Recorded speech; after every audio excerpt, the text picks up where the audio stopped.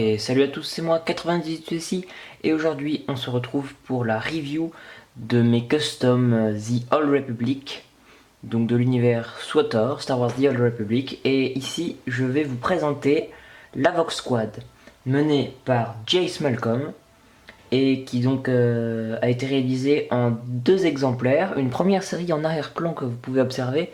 Il s'agit de mon ancienne série utilisée dans la mock Belsavis. Ils sont équipés avec des armes Clone Army Custom, des Sun Visor Lego officiels et des casques Area Light. Quant à la seconde série, celle qui sera commercialisée, eh bien, elle a été réalisée avec les mêmes corps, des accessoires similaires puisque Clone Army Custom, mais avec des casques et Sun Visor Clone Army Custom. Donc je vous propose de suivre tout ça dans la vidéo qui va suivre. Ce clone est un de mes plus détaillés et plus lourd, je dirais, avec énormément de détails au niveau des décals. Alors certains préfèrent les décals et les clones plus épurés, plus soft.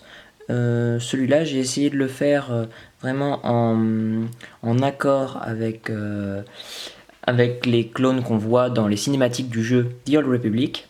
Et donc du coup, il a des comlinks sur les mains. Il a aussi un couteau en bandoulière ici, des anneaux. Il a aussi des genoux renforcés, des pieds plus détaillés que les clones de The Clone Wars et noirs, avec certaines pièces techniques au niveau des chevilles. Dans le dos, on voit la bandoulière qui continue avec les mêmes détails.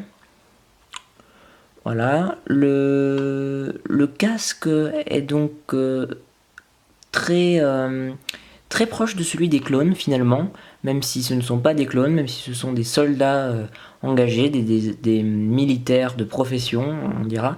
Donc il a des orifices pour respiratoire sur le côté comme les clones. Il a une visière très belle, très design ici, avec un Sun Visor rouge. Donc dans un cas, ça va être un Sun Visor rouge clair de chez Clone Army Custom, avec le casque Clone Army Custom.